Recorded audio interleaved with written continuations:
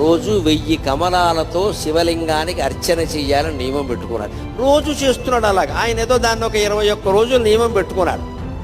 20 రోజులు సాగింది. శివుడు ఊరుకుంటాడా? విష్ణువైనా సరే పరీక్షే. చివరి రోజు పరీక్ష పెట్టకుండా సర్టిఫికెట్ యూనివర్సిటీ వాళ్ళు కూడా ఇవ్వరు కదా, దేవుడేలా ఇస్తాడండి. 21వ రోజు ఇంకా పూజ ముగుస్తుంది కదా అని విష్ణుమూర్తి సంబరంగా ఉన్నట్ట.